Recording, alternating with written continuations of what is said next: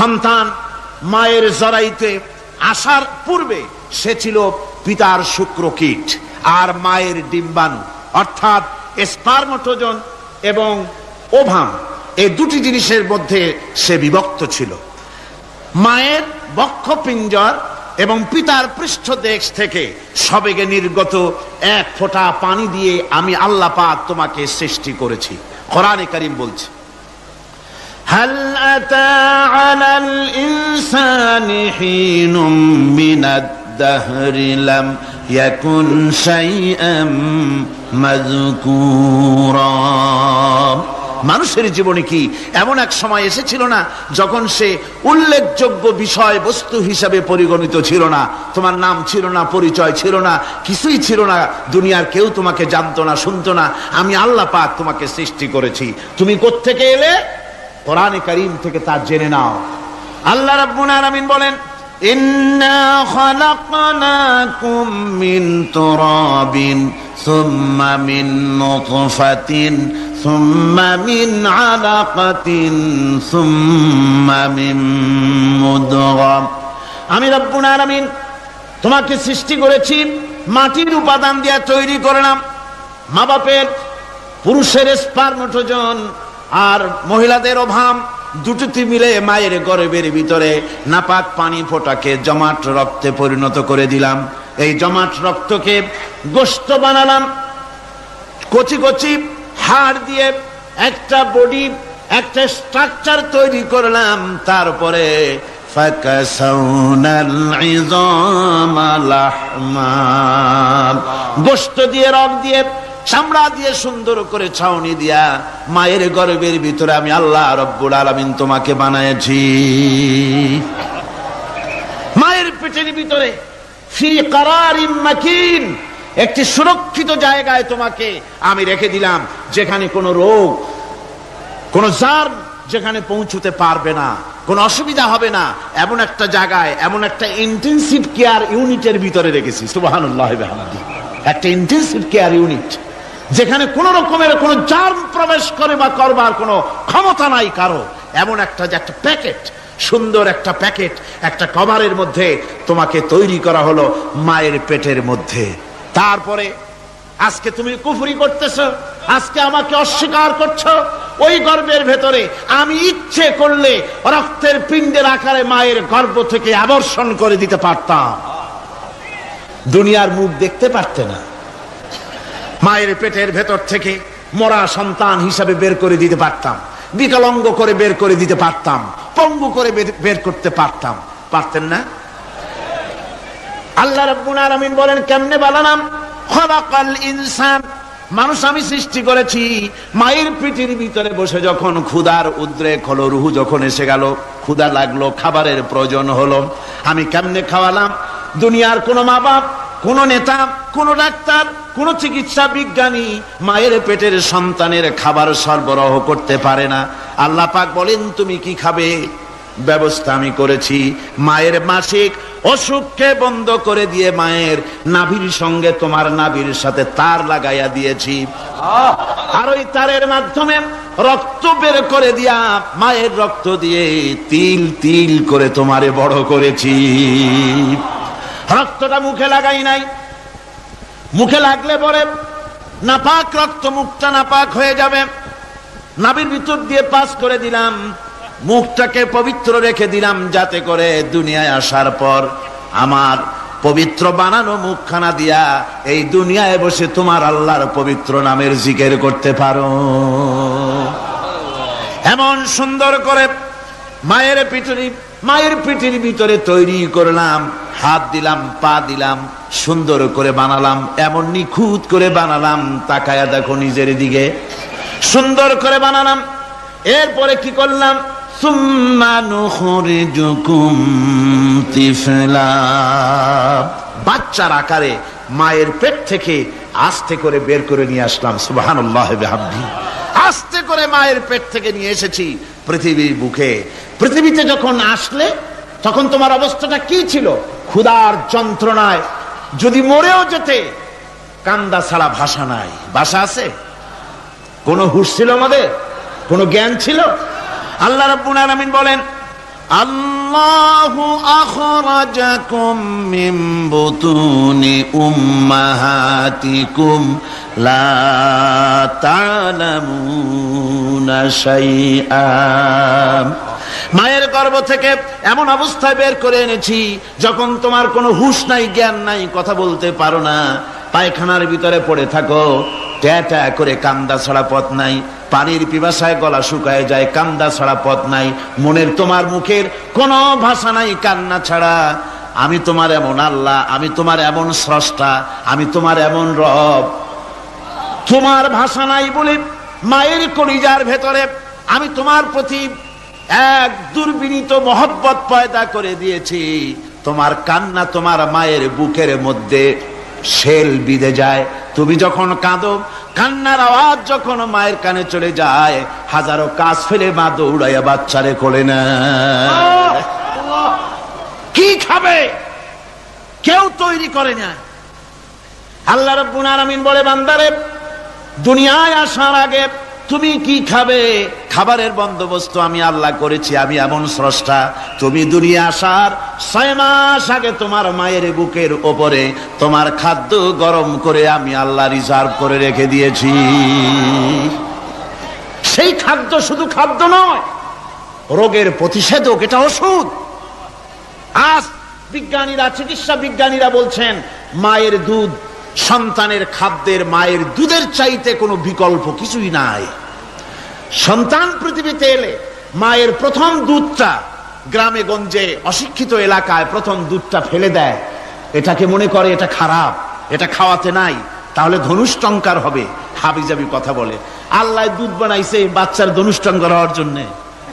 মায়ের ওই প্রথম দুধটা হচ্ছে সন্তানের জন্য সমস্ত রোগের প্রতিষেধক।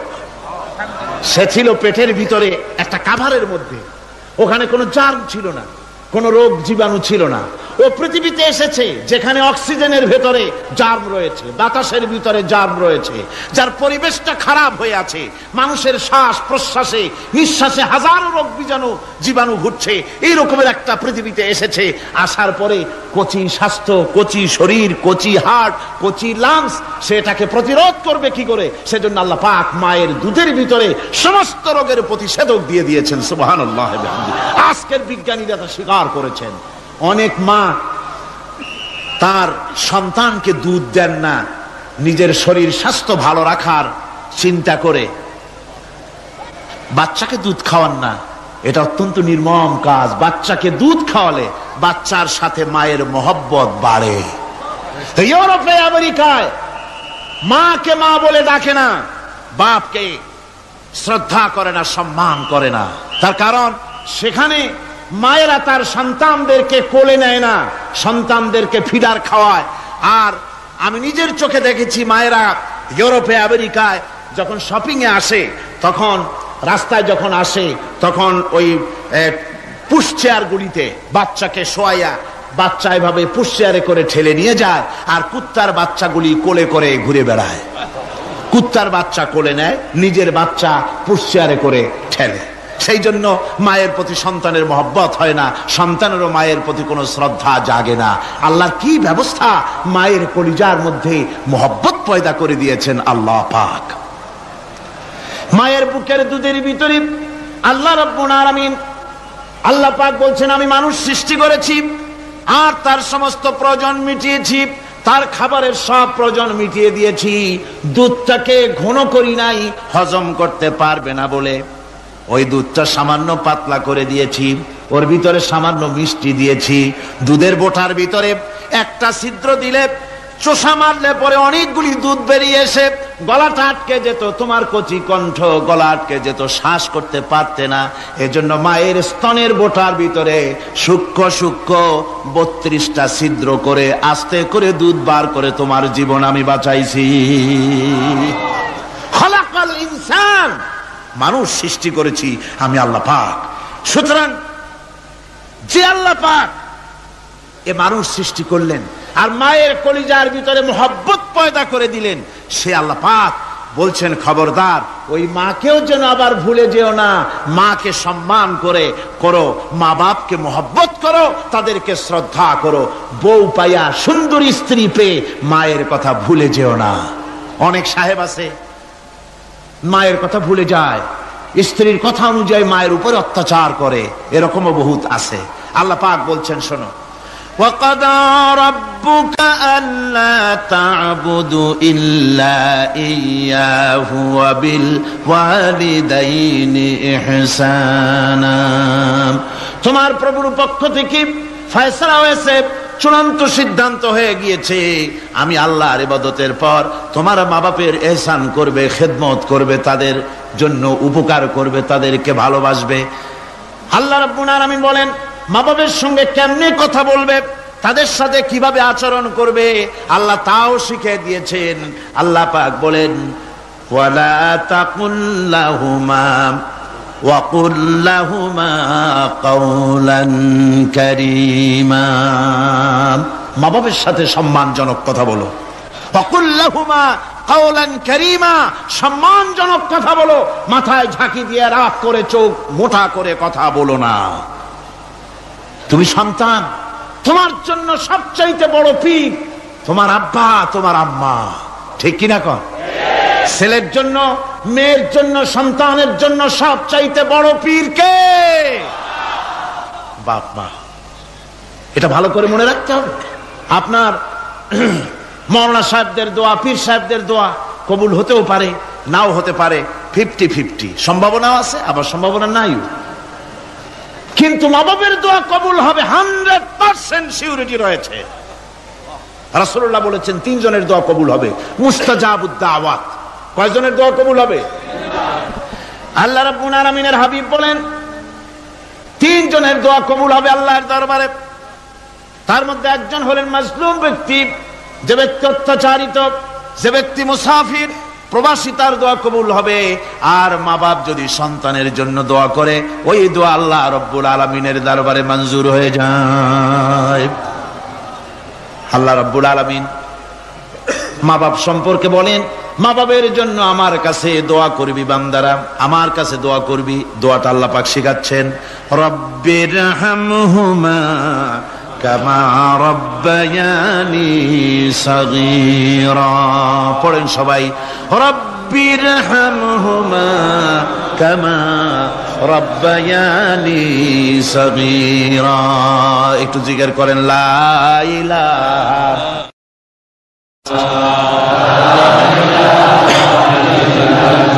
লা ইলাহা ইল্লাল্লাহ, লা ইলাহা ইল্লাল্লাহ, লা ইলাহা ইল্লাল্লাহ, লা ইলাহা ইল্লাল্লাহ মুহাম্মাদুর রাসূলুল্লাহ।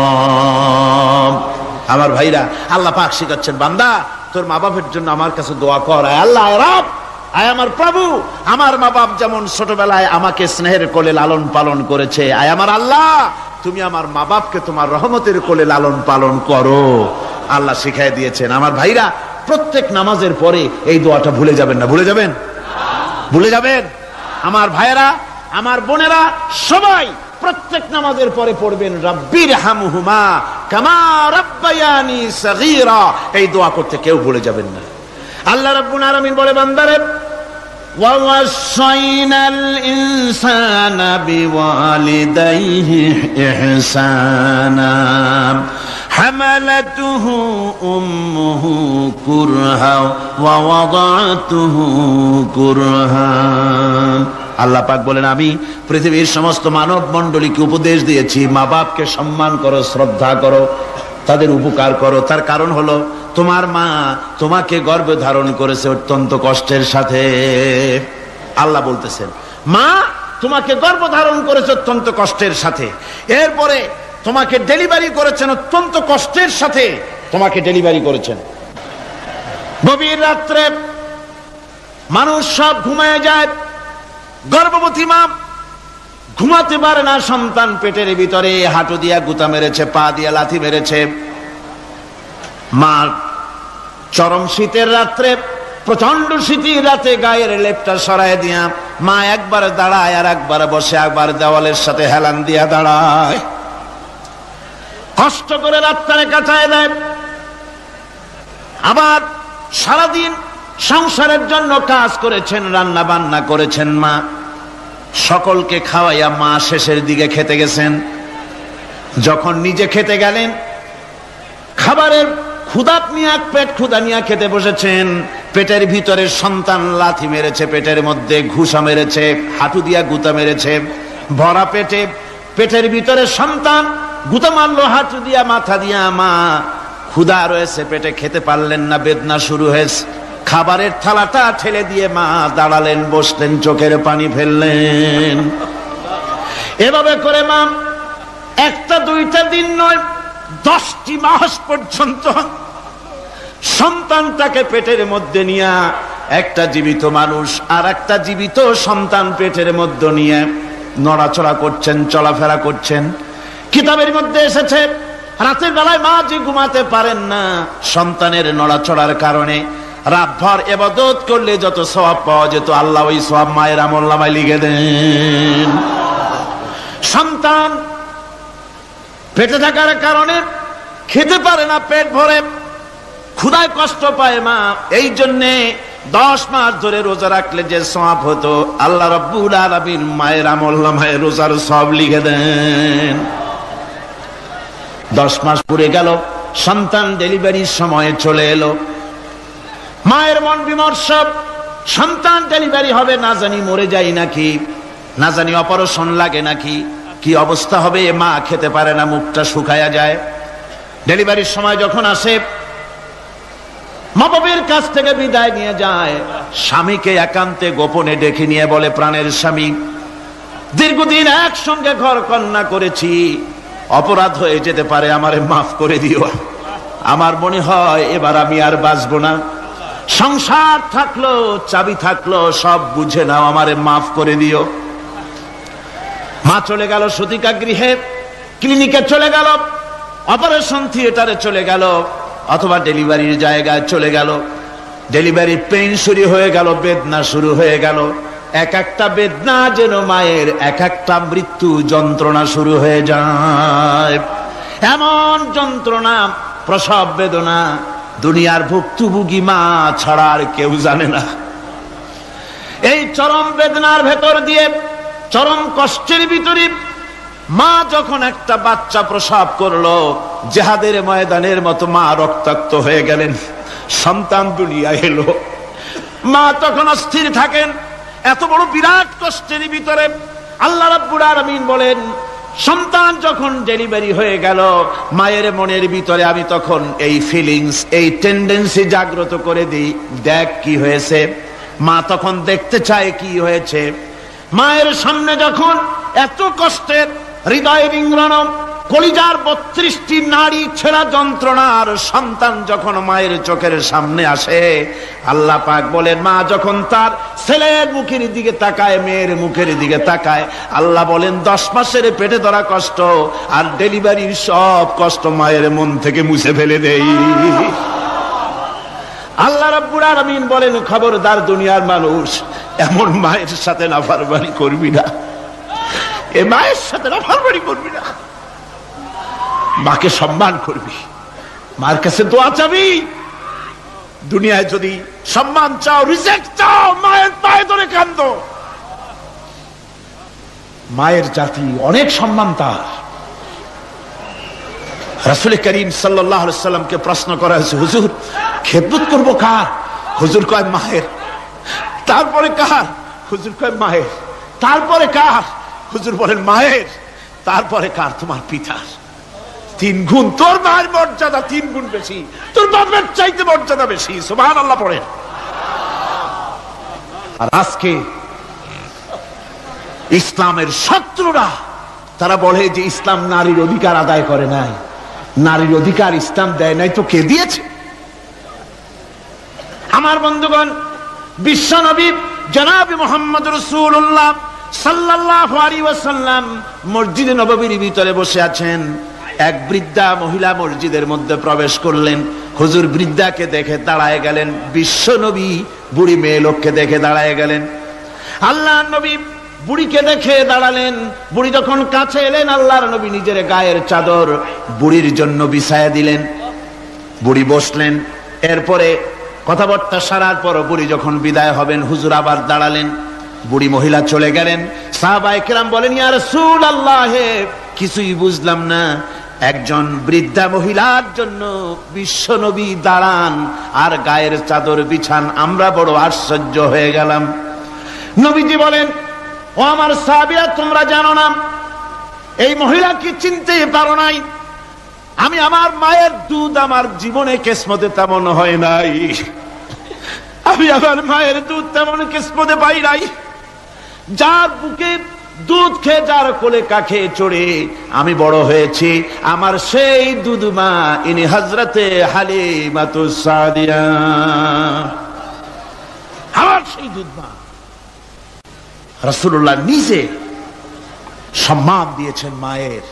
খবরদার, মাকে অসম্মান করবেন না, মাকে সম্মান করবেন, মাকে শ্রদ্ধা করবেন। আমার বন্ধুগণ, আলেম ওলামা পীর বুজুর্গদের জন্য হাদিয়া তো দেন, আপনারা কোনো নিষেধ নাই, দেন। হাদিয়া দেওয়াও সুন্নত, নেওয়াও সুন্নত, দিবেন, আমি কোনো নিষেধ করি না। কিন্তু আমি বলতে চাই, পীর বুজুর্গদের কাছে, আলেম ওলামাদের কাছে হাদিয়া দিয়া আল্লাহরে যত না খুশি করতে পারবেন, এই ডালিম বেদানার মৌসুমে বেদানা একটা ভেঙে নিজ হাতে যদি মায়ের মুখে তুলে দেন, আল্লাহর আরশ খুশি হয়ে যাবে, আল্লাহর আরশে আজিম খুশি হয়ে যাবে, আল্লাহ পাক খুশি হয়ে যাবেন। মায়ের খাওয়াও, বাপকে খাওয়াও, তোমার সবচেয়ে বড় পীর তিনি। সুবহানাল্লাহ পড়েন, সুবহানাল্লাহ। মা বাপ যদি একটু দোয়া করে দেয়, তোমার জিন্দেগির কাম শেষ। একটু বদদোয়া করলে জাহান্নামে যাবা। কোন পীর সাহেব বদদোয়া করলে জাহান্নামে যাবে এমন কথা নয়। কোন মাওলানা বদদোয়া করলে দোজখে যাবে এমন কথা নয়। রাসূল বলেছেন, হুমা জান্নাতুকা ওয়া নারুকা, মা বাপ তোমার বেহেশত, মা বাপ তোমার জাহান্নাম। মা বাপ যদি অসন্তুষ্ট হয়, দোজখে যাবি, আর মা বাপ যদি খুশি, আল্লাহর জান্নাতে চলে যাবি। সুবহানাল্লাহ, সুবহানাল্লাহ, সুবহানাল্লাহ। মায়ের পায়ের তলে তোর বেহেশত। আমরা পুরুষ, আমাদের গত বছরও বলেছি, আমরা পুরুষ, আমাদের পায়ের তলে জুতা। আমাদের পায়ের তলে কি? শুধু জুতা। আর আমার মা, আমার মায়ের জাতি যারা এই প্যান্ডেলে বসে আছেন, আমার মায়েরা, বোনেরা, মায়ের জাতি যারা পৃথিবীতে, মায়ের জাতির পায়ের তলে আল্লাহর বেহেশত। সুবহানাল্লাহ। নারীর মর্যাদা ইসলাম দেয় নাই, কে দিয়েছে? আল্লাহ দিয়েছেন, আল্লাহ রাসূল দিয়েছেন। আমার বন্ধুগণ, হযরত বাইজিদ বুস্তামি, ছোট্ট বাচ্চা ছেলে, গভীর রাত্রে মা অসুস্থ, পানির পিপাসায় জেগে উঠেছেন। বাবারে, পিপাসায় শেষ হয়ে গেলাম, পানি দাও। ছেলে ঘরের ভিতরে পানি না পেয়ে বাইরে দৌড়াদৌড়ি করলেন।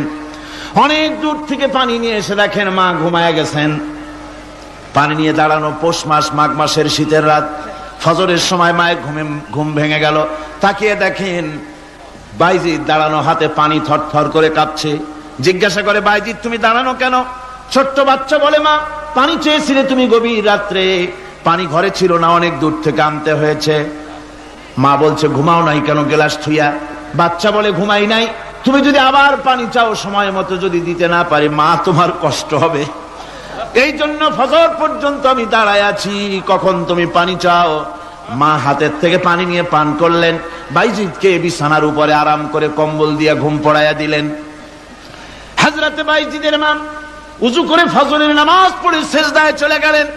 চিৎকার মেরে কেঁদে বলেন, আমার রব, আমার আল্লাহ, আমি আমার বাইজিদের মা, আমি মা হয়ে বাইজিদের জন্য দোয়া করি। বাইজিদ আমার জন্য আজকে যা করেছে, আমি মা, আমার কলিজা ঠান্ডা হয়ে গেছে। হায় আল্লাহ, আমি বাইজিদের জন্য দোয়া করি, তুমি তাকে সুলতানুল আরিফিন বানাইয়া দিও। মঞ্জুর হয়ে গেল আল্লাহ পাকের কাছে দোয়া। আমার ভাইরা, আল্লাহ পাক বলছেন, খবরদার, আমার ইবাদতের পরে মা বাপ। আল্লাহর ইবাদতের পরে কারা? মা বাপ।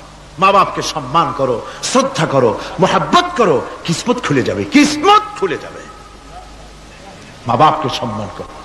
হযরত আবু হুরায়রা রাদিয়াল্লাহু তাআলা আনহু রাসূলের সামনে এসে কাঁদতেছেন। হুজুর বলছেন, আবু হুরায়রা কাঁদো কেন? কাঁদো কেন? রাতের বেলা কাঁদো কেন? হযরত আবু হুরায়রা বলছেন, হুজুর আমাকে মা মেরেছেন। হুজুর বলছেন, মা মারলো কেন? কোন অপরাধ করেছো? কোন গোস্তাখি করেছো? আবু হুরায়রা বলছেন, না হুজুর, কোন গোস্তাখি করি নাই। তবে মারলো কেন? হযরত আবু হুরায়রা বলছেন, হুজুর আমি আপনার দরবার থেকে ফিরতে রাত হয়ে গিয়েছিল। মা জিজ্ঞেস করলেন, আবু হুরায়রা এত রাত্রে কোথায় ছিলি? বললাম, আমি ছিলাম যে কদম চুমতে পারলে দুনিয়া ধন্য হয়, সেই দরবারে নববীর কদম মোবারক থেকে আসতে আমার দেরি হয়েছে। আমার মা মুশরিকা, আপনার নাম শুনে তার গায়ে আগুন জ্বলে উঠলো, আমাকে ধরে মারা আরম্ভ করলো। বলল, হয় আমার বাড়ি ছাড়বি আর না হয় মুহাম্মদ সাল্লাল্লাহু আলাইহি ওয়াসাল্লামের দরবার ছাড়বি। আমি বললাম, আমার মা, তুমি বুড়ি মানুষ, তোমার গায়ে যত শক্তি আছে সমস্ত শক্তি দিয়ে আমারে পিটাও, আমারে মারো। মারতে মারতে আমাকে বাড়ি থেকে তুমি বের করে দাও। তোমার বাড়ি শুদ্ধ, তাম দুনিয়া ছেড়ে দিতে পারি, আল্লাহর নবীর কদম মোবারক ছেড়ে দিতে পারি না। হুজুর আমার মা আমাকে গলা ধাক্কা দিয়ে বের করে দিয়েছেন। হুজুর বলছেন, আবু হুরায়রা তোমার মা তোমাকে মেরেছে, তুমি আমার কাছে নালিশ করছো? আমার তো এখানে ইন্টারফেয়ার করার কিছুই নেই। সুবহানাল্লাহ, সুবহানাল্লাহ। মা তোমাকে মেরেছে, এখানে আমার করার কিচ্ছু নাই। বিশ্ব নবী বলছেন, এত বড় পাওয়ারফুল নবী, লেজিসলেটিভ পাওয়ার, সারে আল্লাহ তাকে বানিয়েছেন শরীয়ত প্রণেতা। কোরআন শরীফ, কোরআন শরীফে শুধু হালাল ও হারামের, হালাল এবং হারামের, বৈধ এবং অবৈধের সীমারেখা শুধু কোরআনই ঠিক করেনি, রাসূলের জন্য আল্লাহ ছেড়ে দিয়েছেন। আল্লাহ রাসূলও হারাম, হালাল এবং হারামের বৈধতা অবৈধতার সীমারেখা নির্ধারণ করেছেন। এত বড় ক্ষমতা তার, এত বড় পাওয়ারফুল বিশ্বনবী, তিনি বলছেন মা মেরেছে, আমার করার কিছু নাই। চিন্তা করেন কত বড় কথা, এ কথা লোড কত। হযরত আবু হুরায়রা বলেন, ইয়া রাসূলুল্লাহ, মা মাকে মেরেছেন, আমি আল্লাহর নবীর কাছে মায়ের বিরুদ্ধে নালিশ করতে আসি নাই। বললেন, কেন এসেছো? হযরত আবু হুরায়রা বলেন, হুজুর এসেছি একটা কারণে, আমি জানি আল্লাহ নবী যদি আল্লাহর দরবারে হাত উঠায়া কোনো জিনিস বলে, আল্লাহ রাব্বুল আলামিন সঙ্গে সঙ্গে মঞ্জুর করে নেন। হুজুর আমি এসেছি, মেহেরবানি করে দোয়া করুন আমার মাকে যেন আল্লাহ হেদায়েত নসিব করে দেন। আল্লাহ নবী হাত উঁচু করে বললেন, আল্লাহুম্মা হিদি উম্মা আবি হুরায়রা, আয় আল্লাহ আমি দোয়া করি আবু হুরায়রার মাকে তুমি হেদায়েত নসিব করে দাও। রাসূলুল্লাহ দোয়া করছেন আর আবু হুরায়রা সমানে দৌড়াচ্ছেন। তিনি দৌড়াচ্ছেন, পিছন থেকে কয়েকজনে আবু হুরায়রার জামা টেনে ধরেছে, দৌড়ক। তাদের জানা আবু হুরায়রা খুব ভদ্রলোক মানুষ, কোন ঝড় ঝামেলার মধ্যে থাকে না, রাগ শাক করে না, চিৎকার মারে না, দৌড় মারে না, এত ভদ্র শরীর, দৌড়ায় কেন? না জানি কোন বিপদ বুঝি ঘটে গেছে। পিছন থেকে জামা টেনে ধরে বলে, দৌড়াও কেন? হযরত আবু হুরায়রা জামা সাহাবীর হাত থেকে ছিনায় নিয়ে বলেন, জামা ছেড়ে দাও, আমাকে দৌড়াতে দাও। আমি দৌড়াইয়া বাড়ি যে দেখতে চাই, আমি দৌড়াইয়া আগে আমার বাড়ি পৌঁছতে পারলাম না, আমি যাওয়ার আগে আমার আল্লাহর নবীর দোয়া আমার বাড়ি পৌঁছে গেছে, আমি এইটা দেখতে চাই। হযরত আবু হুরায়রা বাড়িতে গিয়ে দরজা নক করলেন, ভেতর থেকে আওয়াজ এলো, কে? হযরত আবু হুরায়রা বলেন, মা আমি তোমার আবু হুরায়রা ফিরে এসেছি। মা বলছেন, বাবা অপেক্ষা করো, দরজা খুলতেছি। হযরত আবু হুরায়রা বলেন, মায়ের গলার আওয়াজের ভিতরে শিরকিয়াতের কর্কশতা পেলাম না, মায়ের গলার আওয়াজের ভিতরে তাওহীদের গন্ধ পেলাম। আমার মনে হলো নবীজির নিক্ষিপ্ত তীর তার নিশানায় পৌঁছে গেছে। কিছুক্ষণ পর মা আমার বেরিয়ে এলেন, মাথা থেকে চুলের থেকে বুড়ি মানুষ, সাদা চুলের ভিতর থেকে পানি পড়তেছে। মা বলল, বাবারে তোমারে মারার পর আমি বড় অনুতপ্ত হয়েছি, অনুশোচনা করেছি, আমি গোসল করেছি, মনে মনে ভাবলাম আমার ছেলে তো কোনো খারাপ জায়গায় যায় নাই, কেন তারে মারলাম, আমি বড় লজ্জায় পড়েছি তোমারে মেরে। ও আমার আবু হুরায়রা, আমি গোসল করেছি, পবিত্র হয়ে গেছি, জলদি করে আমাকে নিয়ে চলো বিশ্ব নবী জনাবে মুহাম্মদুর রাসূলুল্লাহর দরবারে। হযরত আবু হুরায়রার মা ঘোষণা করলেন, আশহাদু আল্লা ইলাহা ইল্লাল্লাহু ওয়াহদাহু লা শারীকা লাহু ওয়া আশহাদু আন্না মুহাম্মাদান আবদুহু ওয়া রাসূলুহু। আমার ভাইরা, মা বাপ সবচেয়ে সম্মানের জিনিস। আল্লাহর ইবাদতের পরই মা বাপের খেদমত করতে হবে। আল্লাহ পাক বলছেন, বান্দারে দেখ, মায়ের পেট থেকে আনলাম, মায়ের বুকের মধ্যে মহব্বত পয়দা করলাম, এত মহব্বত দিলাম তোর উপরে, যে কোনো বিদেশে যান, যেখানে যান, বাড়িতে ফিরলে পরে সকলে ছেলে মেয়ে ভাই বোন সবাই দেখবে সুটকেসে আমার জন্য আনছে কি, সবাই চিন্তা করবে আমার জন্য কি এনেছে। একমাত্র মা সন্তানের মুখের দিকে তাকাবে, কখন খাইছে সে। সুবহানাল্লাহ, সুবহানাল্লাহ, আমার বাসার মুখখানা শুকনা, তুই বুঝি আজকে কিছু খাইস নাই। বিদেশে যেসব সন্তান থাকে, মা কাটা কবুতরের মতো ছটফট করে। আমার ছোটবেলার কথা আমি দেখেছি, সরসিলা মাদ্রাসা পড়তাম, আব্বা টাকা দিতেন মাদ্রাসায় যাওয়ার সময়, আবার মা আবার মুরগির ডিম বিক্রি করা, বিভিন্ন জিনিস বিক্রি করা বা বাজার করা পয়সা, উদ্বৃত্ত কিছু পয়সা আব্বার অজান্তে আমার হাতের মুঠার মধ্যে দিয়ে দিতেন। যখন মাদ্রাসার দিকে রওনা হয়েছি, পর্দার